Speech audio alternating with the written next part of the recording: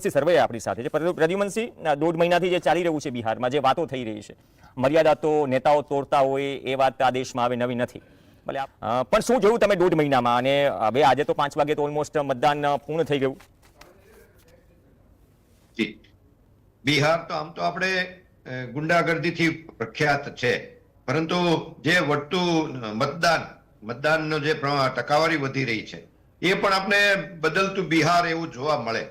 બિહાર એક ઉત્તર ભારતનું એકમાત્ર એવું રાજ્ય છે કે જ્યાં બીજેપી પોતે પોતાના બળ ઉપર સત્તા ઉપર આજ સુધી નથી આવી શક્યું. કોઈને કોઈ એને ભાગીદાર ગઠબંધનની જરૂર પડી છે.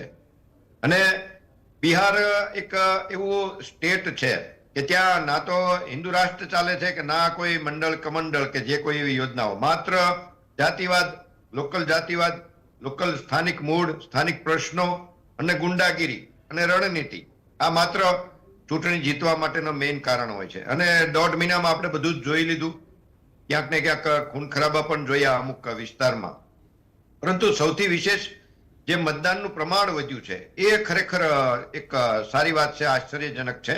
અને આપણે હમણાં વાત કરી ચૂંટણી પંચની, કે જે ચૂંટણી પંચ તો શંકાના દાયરામાં નથી કદાચ, પણ એનાથી વિશેષ ઈવીએમ જે મશીનો છે એ ચોક્કસ શંકાના દાયરામાં છે સમસ્ત ચૂંટણી પદ્ધતિમાં. જે આપણે ભૂતકાળમાં પણ જોયું છે અને આમાં પણ જોયું છે, પણ એના ક્યાંય ટેકનિકલ ખુલાસા નથી આવતા. જે રીતે વોટ ચોરીનો આક્ષેપ થાય છે એના કઈ ખુલાસા કોંગ્રેસ પણ નથી કરી શકતી. આવા અનેક કારણો છે જે આપણા ચૂંટણીની પ્રક્રિયાને સ્વતંત્રતામાં ક્યાંક ને ક્યાંક શંકાના દાયરામાં તો છે, એ ચોક્કસ છે. પરંતુ આપણે જોઈએ આ 1.5 મહિનાના જે મેઇન વાતાવરણમાં જે ગઠબંધનની દુનિયા જે જોઈ છે, એમાં જોઈએ તો એનડીએનો હાથ ઊંચો રહેશે એવું દેખાય છે, આમ મારા ખ્યાલ મુજબ. એનડીએમાં બીજેપીનો હાથ ઉપર રહેશે કે નીતિશ કુમાર? જે ચોક્કસ બીજેપીનો જ હાથ ઊંચો રહેશે, પરંતુ જે ગયા ટર્મની જે રીતે છે મજબૂરી, સમજો બંને 101 સીટથી લડે છે અને બાકીના એના અન્ય સાથીદારોને જે સીટો આપી છે એમાં હું માનું છું ત્યાં સુધી બીજેપીને સમજો 70+ સીટો આવે, 70+, અને નીતિશ કુમારની 40 સમથિંગ આવે, 40 જેવી. ઓછી સીટો ચોક્કસ આવશે, પરંતુ અન્ય બીજા એના પાસવાન છે, અન્ય અહમ પાર્ટી છે, એ અલગ અલગ જે પાર્ટીઓ છે, કુશવાહાની છે, માંઝીની છે, એમાંથી એમની ઘટતી જે સીટો છે એમની નજીક આવી શકશે એવું મારા મંતવ્ય છે. લાસ્ટ ટાઈમ કરતા બીજેપી 10 સીટ ઓછી બેઠક પર લડી રહી છે ઓલરેડી, એટલે 10 તમે બીજેપી અને જેડીયુની જે વાત કરી હતી. છતાં એના જે ગઠબંધન મુજબ જોઈએ તો 123 સીટનો એને બહુમતી જોઈએ છે. હું માનું છું ત્યાં સુધી 125-30 સીટ એના ગઠબંધન સહિતના આવવાની મારી એક અંગત જોયું, એ રીતે સર્ચ કર્યું છે એ મુજબ એવી શક્યતાઓ છે. એના પણ કારણો છે, પરંતુ સામે જે તેજસ્વી યાદવને જોઈએ, એ સૌથી વિશેષ પોતે એકલા બળે ચૂંટણી લડી રહ્યા છે એમ કહી તો ચાલે. એના સાથી પક્ષોમાં આટલો દમ નથી કે ક્યાંક સંગઠન નથી. કોંગ્રેસ પણ વિખરાયેલું છે. કોંગ્રેસ 61 સીટમાં લડે છે અને તેજસ્વી યાદવ 143 સીટમાં લડે છે. એમાં 12 સીટો તો એવી છે કે ત્યાં સામાસામી પણ બંને પક્ષો લડે છે. એટલે તેજસ્વી ચોક્કસ જોર કરશે. નીતિશ કુમારથી વધારે સીટો તેજસ્વીને પણ મળશે, પરંતુ સત્તાથી દૂર રહેશે કદાચ. એના સાથી પક્ષોની જે મજબૂતી હોવી જોઈએ એ ત્યાં ઠોકર ખાશે કદાચ, મારી કેલ્ક્યુલેશન મુજબ, જેને લીધે એનડીએ ફરીવાર રિપીટ પણ થાય. શું આ બે મુદ્દા હિટ કરશે? કેમ કે મહિલાઓનો ઝુકાવ જો જેડીયુ કે નીતિશ કુમારના વિશ્વસનીય ફેસ પર હોય તો શું આ વખતે ટેક્ટિકલી એ યંગસ્ટર્સ ઉપર વધારે ફોકસ કર્યું છે? સરકારી નોકરીની વાત છે ચોક્કસ, પરંતુ પ્રજામાં એટલો વિશ્વસનીય એ મુદ્દો ચાલશે નહીં, કેમ કે દરેક ઘર દીઠ એક નોકરી એ તો ઇમ્પોસિબલ વસ્તુ છે. અને હવે બિહારનો મતદાર પણ સમજી ગયો હશે કે આ ઇમ્પોસિબલ વસ્તુ છે. અને સાથે સમજો 143 સીટમાં આરજેડી તેજસ્વી યાદવ લડે છે, પરંતુ હું માનું છું ત્યાં સુધી એને 70 આસપાસ 75 સીટો કદાચ આવે, પણ એના સાથીદારો નબળા છે. એની જે રણનીતિ નબળી છે. જે રીતે નરેન્દ્ર મોદીને એના જે સ્ટાર પ્રચારકો જે રીતે રણનીતિથી કામ કરી રહ્યા છે, અને સામે આપણે ગયા ચૂંટણીમાં જોઈએ તો 5% વોટિંગ વધારે થયું હતું, જેનો ફાયદો નીતિશ કુમારને થયો હતો. નીતિશ કુમાર રિપીટ થયા હતા. આચાર સંહિતા લાગ્યા પછી ચૂંટણી થઈ રહી છે, એ દરમિયાન હથિયારોની વાત આવે, ગાડીના કાફલાની વાત આવે, તો લો એન્ડ ઓર્ડર સામે ઇલેક્શન કમિશન ક્યાં છે? આમાં જે બનાવ બન્યો એ આખો સમજાય નહીં એવો છે, હજી એનું સત્ય બહાર આવશે. પરંતુ જે ખૂન ખરાબા થતા હતા જનરલી બિહારમાં થાય છે, જે પહેલા થતા એના પ્રમાણમાં ઓછા ચોક્કસ થયા છે.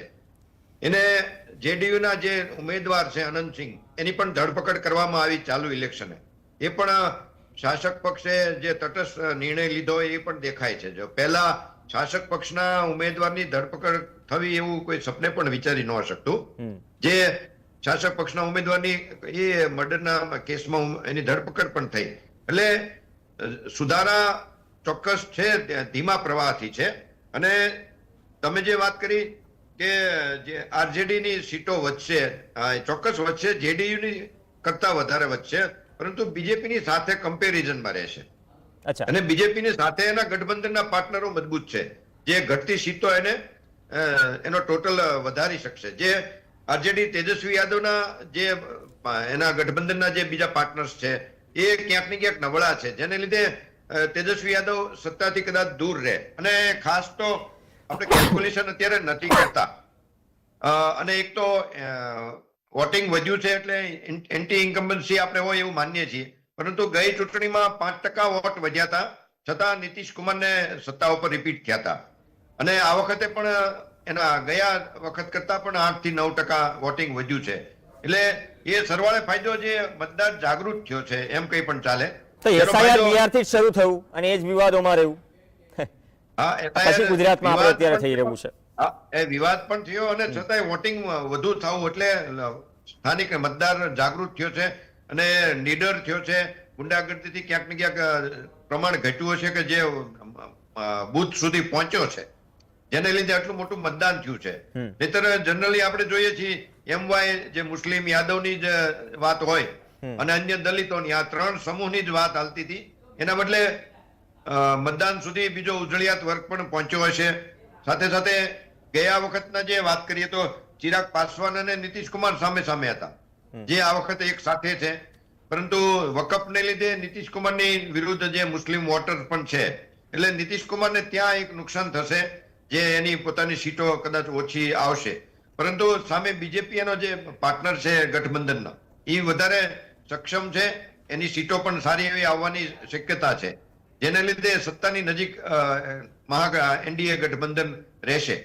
અને સાથે સાથે પીકેની જે વાત કરીએ, પ્રશાંત કિશોર અને એઆઈએમ જે અસદુદ્દીન ઓવૈસી, એ બંને કેટલા વોટ ખેંચે છે એના કેલ્ક્યુલેશન ને લીધે જ આપણે બિહારના પરિણામો સસ્પેન્સ દેખાય છે. ઓવૈસી સાથે જે તમે પ્રશાંત કિશોરની વાત કરી, પીકે કે જે મહાગઠબંધનને પણ નુકસાન કરશે અને ઇન્ડિપેન્ડન્ટલી બીજેપીને પણ નુકસાન કરશે. પ્રશાંત કિશોરે જે રીતે છેલ્લા 1.5-2 વર્ષથી બિહારના જે પ્રવાસો કર્યા છે અને એક આશા જગાવી છે, પરંતુ સૌથી મોટી નબળી બાબતો પ્રશાંત કિશોરની એ છે કે એની પાસે કોઈ જાતિ સમૂહ નથી. પોતે જે જાતિ સમૂહમાંથી આવે છે એનો એવો કોઈ વોટ બેંક નથી, ને જે એને ઉમેદવારો ઉભા રાખ્યા છે.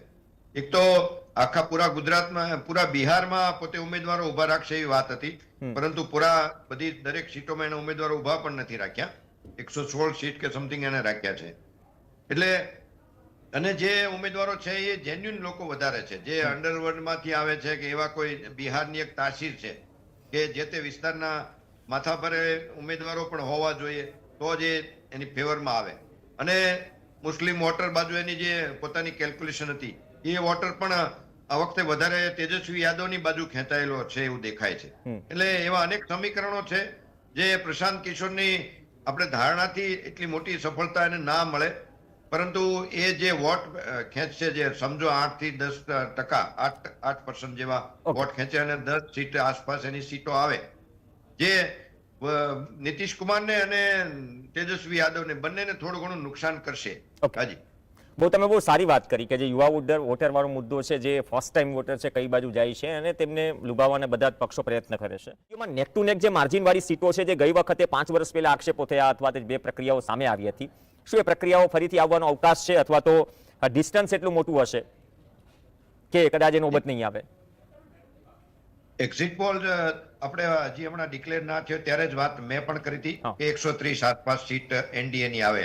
આપણે એક્ઝિટ પોલ પછી આપણે ઓન સ્ક્રીન આવ્યો, હવે એક્ઝિટ પોલ જે છેલ્લા 1 મહિનાની મહેનત હશે જે તે બધા કંપનીઓની જે અલગ અલગ મીડિયાઓની છે, એટલે ચોક્કસ એની મહેનતને ફિલ્ડ ઉપર જઈને જે એમની અટકળોથી કરે છે. આપણે એક્ઝિટ પોલ ઘણીવાર ખોટા પણ પડ્યા છે, ખાસ તો હમણાં લાસ્ટ ટાઈમ સંસદની ચૂંટણીમાં ખોટા પડ્યા હતા. નહીં, બિહારમાં 2020માં એક્સિસ માય ઇન્ડિયા નો આંકડો હતો એક્ઝિટ પોલનો. એનડીએને આપી હતી 69 થી 91 સીટ અને મહાગઠબંધનને 161 સીટ સુધી આપી હતી. Axis my India, India today group, I think હું ના ભૂલતો હોય તો. અને એક્ઝેક્ટ આવ્યું 110 અને 125. એટલે ઘણી વખત ગણતરીઓ ઊંધા માથે પણ પડતી હોય છે. જનરલી આપણે ચાણક્યનો એક્ઝિટ પોલ નજીકનો હોય છે એવો આપણે માન્ય તો. જનરલી અમુક જૂનો એનો જે રેકોર્ડ છે ચાણક્યનો, જી, એ વધારે નજીક હોય છે સાચા પડવામાં. મારે એવું માનવું છે, મારે એક સ્ટડી છે. ના, એ થોડા આંકડા ખુલે એટલે પણ વાત કરીશું. થોડો સમયનો અભાવ છે પ્રદ્યુમનસિંહજી. આંકડા વધારે ખુલે. તમે બહુ સારી વાત કરી કે ઘણી વખત વિશ્વસનીયતા હોય છે, ઘણી વખત